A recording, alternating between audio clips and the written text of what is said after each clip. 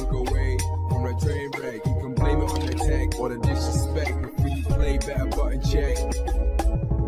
Button check. What is up, Butt Check family? Welcome back to yet again a beautiful day of checking these buttons. It is Saturday, the weekend is here, we done made it, and we are back. Chapters down below if you guys want to skip around. Sub button right there. Always appreciate you guys for taking the time to help the channel grow. We hustling, baby. We hustling, going every day this month. We injured and all that stuff, but we are still here to check these damn buttons. So without further ado, we got a hot one. Let's go. All right, now into the first set of Punkdagod, breaking down that infamous moment where he busted out in tears, losing to Takedo at EVO. Y'all remember that moment, right? He was up at EVO. I did not know it was actually his first time ever going to EVO when this all happened. I had no idea until I was watching this interview right here. So apparently he goes, y'all know the story, goes up against Takedo, so close to winning, comes up short, and you remember how the story goes. But there's actually a lot of backstory to it, information that I had no clue about. We're gonna watch a small clip. The link is down below. It's actually on the EVO channel on YouTube, so definitely check out the full action. Let's watch a clip. Let's go.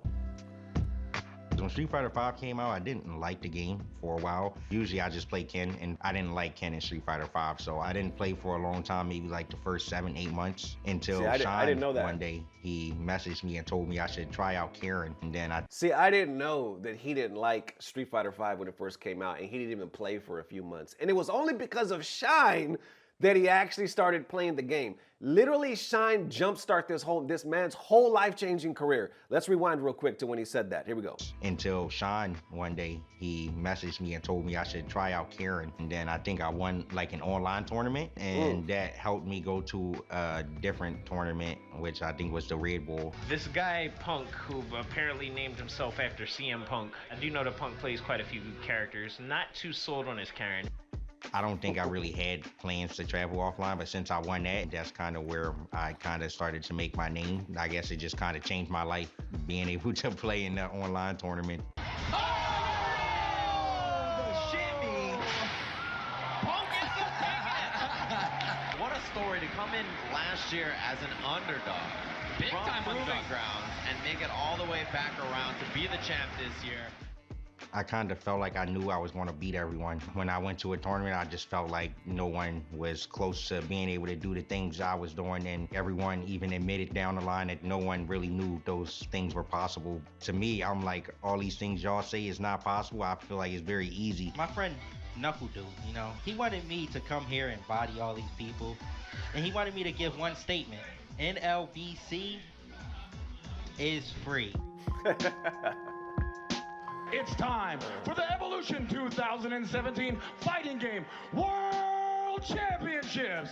Going into EVO, honestly, I didn't really feel anything because it's my first time going to EVO, and I've been watching it for so many years. You know, I just wanted to go there and experience it. I didn't really have expectations, even though everyone thought I was going to win.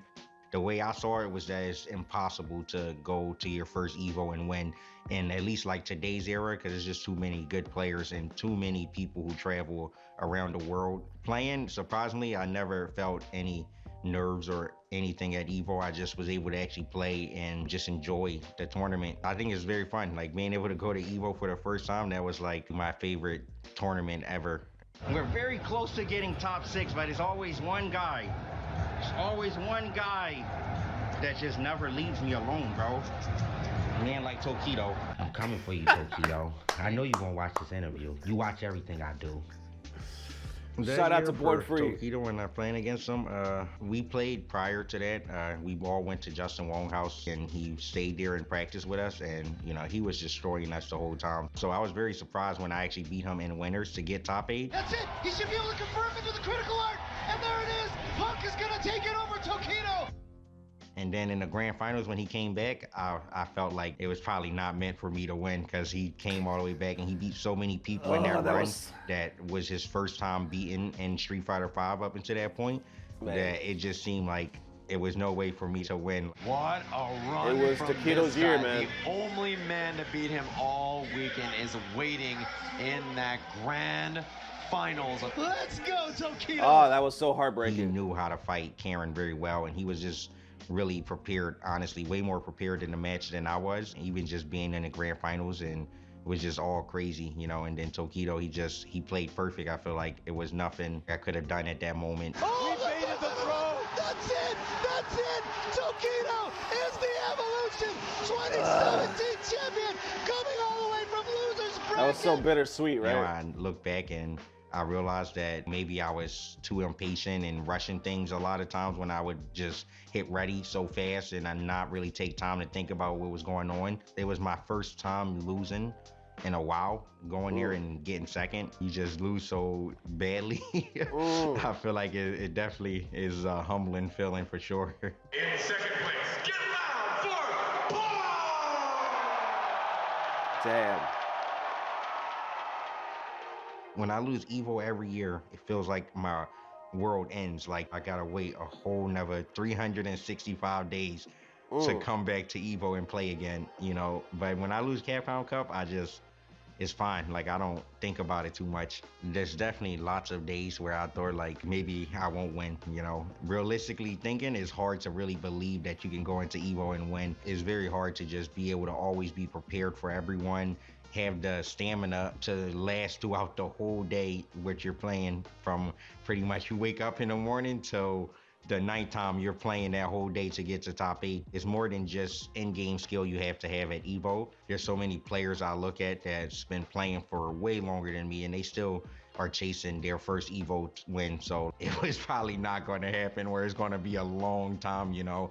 Welcome everybody back to Evolution 2024. Going into EVO 2024, I felt amazing, honestly. Not really to say that I would win, but I just felt really good. I just won CEO. I just won 3v3 with Team USA and Korea. I had a lot of momentum right then. I was like playing the best in this game that I've been playing. So I did feel extremely good and confident going into EVO. Apricot, one hit from Pop will do it. He's got the full thing. Goes straight into the level 3, pumps his chest. And you can hear And you could tell, man, the biggest difference, because something I always said about Punk is when I saw the way he was playing against Takedo in certain tournaments, he got this, and even Justin talked about it in his interview with him. It was like, you have this reputation as coming in second or choking, right?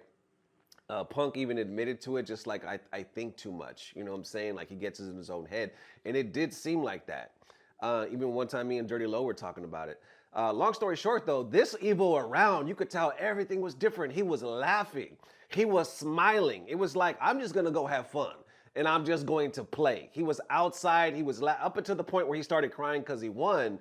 He was a different Punk. You know what I'm saying? And I want to say, y'all, let me know if I'm off on this, but I want to say the version of Punk we got at Cap Cup, this one that just passed, it looked like he was nervous again. And I swear, I think he might have even said that. Let me know if I'm wrong or not. But I swear, like he said at one point, he let the nerves get to him. But we did see a different Punk.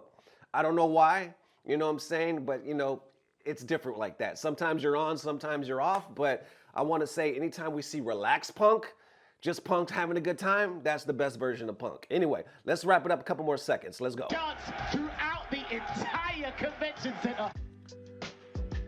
I don't really know how stuff is going to happen. You don't really know who you're going to play against. So it's hard to really say you're going to go there and win. But I did feel very, very good. If Big Bird gets hit, oh, that could have been the kill there for Punk. He doesn't pull the trigger.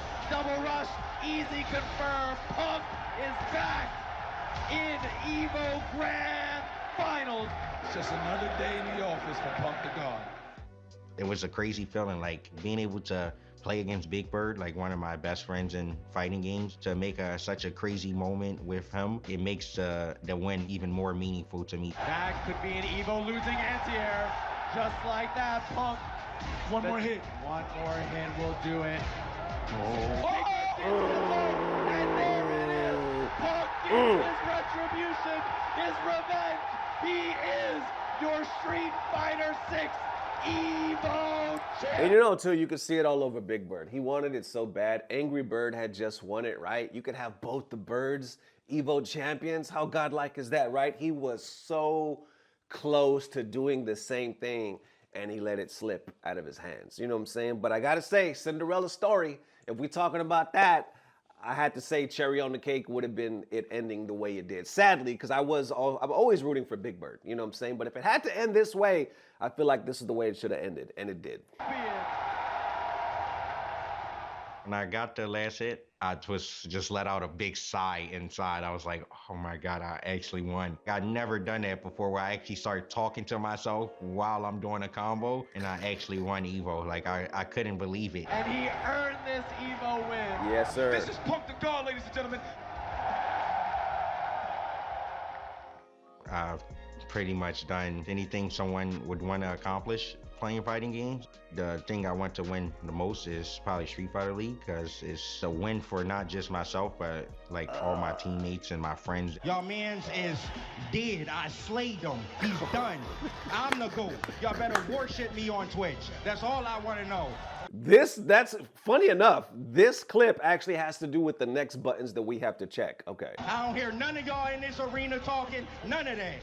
I think you get a ring, so it's like, I feel like I won a Super Bowl or something, you know, so. All right, there we have it. You can watch the rest. We watched a good chunk of it. It's like almost 11 or 12 minutes long, so definitely check it out. Link down below. Cool ass information, right? This, I think, was actually taken before Cap Cup, like right before. So obviously, again, Team USA Punk's team, they were so close to winning Street Fighter League. They had it. They fucking had it, and then these guys came back on them. They came back on them, and they waxed that ass, and they deserved it. But holy shit, we were so close. USA was so close. That was it. They was finna get it, man. It was heartbreaking, but it is what it is at the end of the day. And it's interesting that Punk says EVO was what he always wanted to win. Now he feels like he's good. He's actually okay with losing Cap Cup, because EVO is what he's always held in the highest regards. You know what I'm saying? That's always been a debate, right? Which tournament is harder, Cap Cup or EVO? There's like, I don't know if we're ever gonna solve that one or if we even need to, but yeah. Either way, Punk might never have been Punk had he not had a friend, a homie in his squad that was like, yo, you should try this character. As soon as he did, changed his whole damn life off of just becoming one with Karen. Just like that. All it took was a good, positive person in his life to suggest a character. Everything turned around like that. That's why you need good people, y'all. You need good people with good suggestions in your life telling you the right thing. And I'm telling y'all, subscribe to Button Check. Anyway, let's go. All right, now into the next set of my apology. Button Check, Ernesto, me. My apology to the Dominican Republic. Buttons that need to be checked. Now, before I get into this, I already know some of y'all in the comments are gonna be like, man, Nesto, you didn't have to say that, fuck that. I appreciate y'all having my back, because I'm not gonna lie, part of me thought the same thing. But part of me also understands. So I wanna unpack these buttons and I wanna be real with y'all if I can. So remember that clip I just showed? And I said where Punk was talking shit to the DR after he beat Mena. Your man's just dead, you better worship me, all that stuff, right? Well, there was a couple videos that I did after that where we were kind of having fun playing, saying, Punk, you better not go to that DR. How about a neutral country like Japan or anywhere, not US or DR, that's what's up. Remember we were saying that, right? Because right after that pop-off, Blink Respawn and some people in the DR were like, come here. They were like, come over here. We got a spot. Run that set. Prove this shit. Why don't you come over here? And then Punk was like, maybe if you pay me, it was just back and forth. But a lot of people in the FGC were like, don't do it. Don't do that shit. They're trying to line you up. You know what I'm saying? So we were like, hey, no.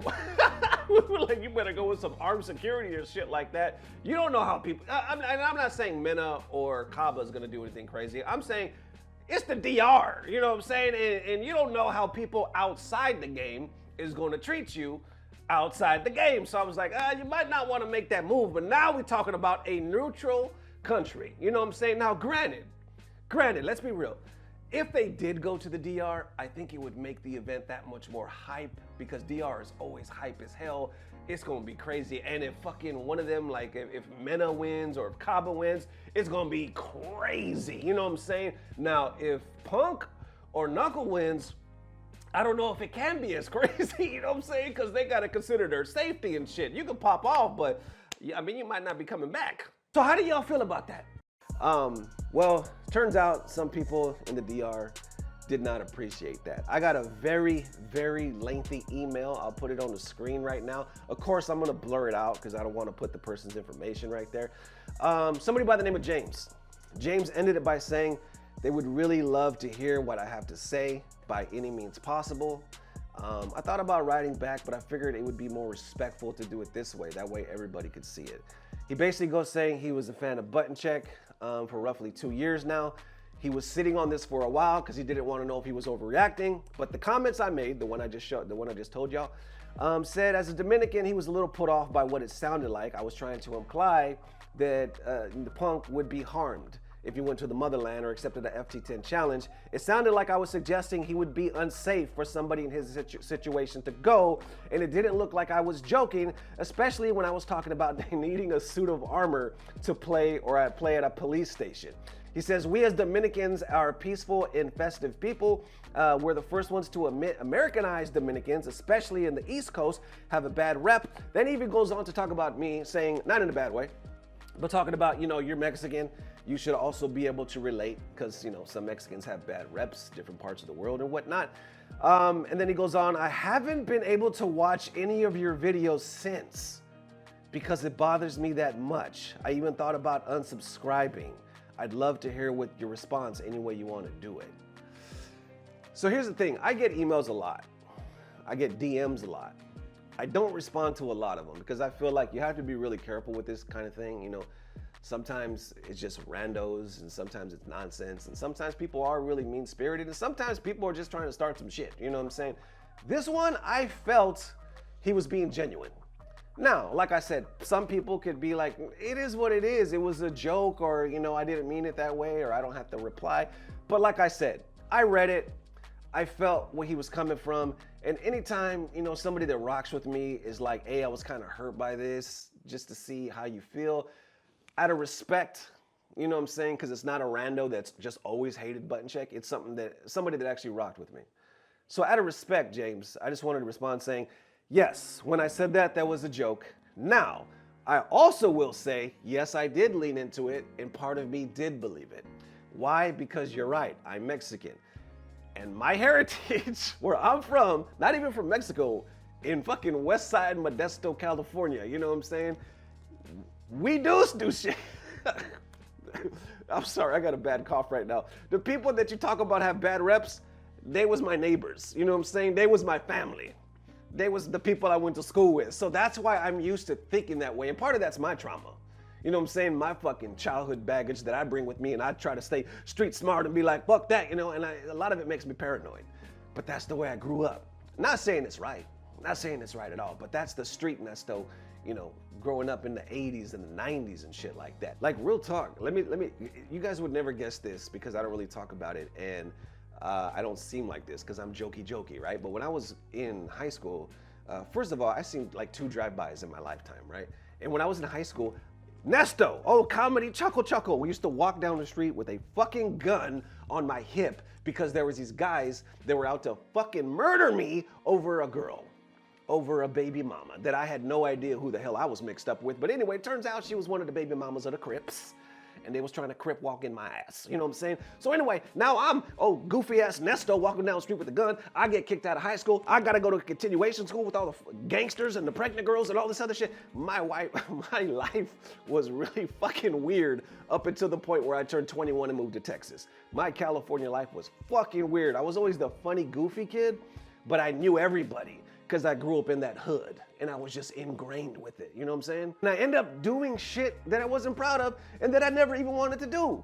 Carrying guns, stealing cars and shit. And I just thank God, I really thank God that my parents were like, we're out of here. We're picking our family up and we're going to Texas, and we left kicking and screaming, y'all. And this was right when I hit like 19, 20. And this, Texas, that's why I always loved Texas and Cali, but Texas, I feel, is where I became a man.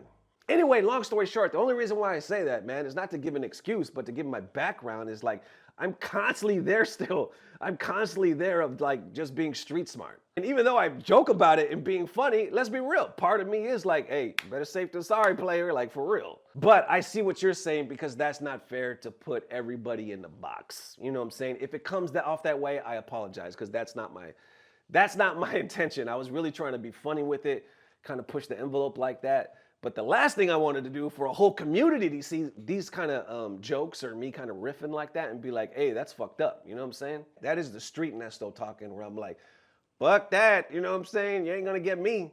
You ain't gonna get me like that. That's where that comes from. It comes from how I was raised and how I kind of look at the world. Better safe than sorry. You know what I'm saying? No negative reflection on the Dominicans or anything like that, or Mexicans or any race really. And even in the video I said, I would jokingly say, but realistically, Punk and them would know better than me because they actually travel out there. I even got to play for 10 G's. You know what I'm saying? I don't care about all that, but I think we need to see it. I don't know, so it's getting spicy, but at the same time, if you were Punk, would you go to the DR? If you were Punk, would you go to the DR? Yeah, I mean, they know better than I do because they travel there and all, how security is, yada, yada. But for me, no. No, we know. We playing here in a police station, on a military base with armored trucks. And I'm gonna wear a bulletproof vest. I'm a helmet. I'm gonna be the tactical gear, right? I'm gonna wear all my shit. I'm gonna have guns. I'm gonna look like War Machine. That's what I'm gonna do. I'm gonna have guns and shit coming all around. And then I have my stick right here. And then we can run the set. Give me all that. I'm gangster. Shit. I ain't afraid. They've been out there a few times, you know what I'm saying? So I'm just saying it just to say it. But obviously they would know better because they've been out there, so they know how things operate. And that's why I said that, because we're doing it more on the joking side, but obviously Punk and them, I've never been, so I couldn't even tell you. And yes, I know every culture has its bad apples. Some really fucking gangster apples, you know what I'm saying? Like every culture has some ill shit, some ill shit. And like I said, maybe that's just me thinking on the negative side, where I'm from, in my culture, and being like, oh, shit gets negative real quick. And I say all that to say this, James, thank you for your well thought out email, man. I appreciate you being transparent, straight up. I appreciate you being transparent and taking the time. And you could have came at me just like, fuck you, but you didn't. You actually spoke like an adult and you used your words, you know what I'm saying? You actually well thought out and you told me exactly how you felt, man. And that's how an adult should talk. So I appreciate that, man. I hope you understand. Thank you, everybody. If you stuck around this long to watch this part of the video, I love y'all, man. Let's go. That it is, ladies and gents. Definitely let me know how you were feeling. Thank you guys for the amazing love. We will see you soon. If not tomorrow, definitely the next day. But of course, we're going to shoot for tomorrow. And real quick, the newest Patreon is Atlas Gundam. Became a $5 member. Thank you, man. I promise y'all, between all the channels that I'm running now in this month, going every day on Button Check, I have been behind on some stuff, but I promise we got some good stuff cooking. Man, the Patreon, let me say real quick, y'all have been holding us down for years. You don't complain, you don't say anything, you just hold us down and support and help this just keep going, man. So thank you from the bottom of my heart. Words cannot express. We will see you soon, man. Thank you guys for everything. As always, I don't know what it is, but I know it's about to get better. Love y'all forever. Peace. Blah, blah, blah. Subscribe.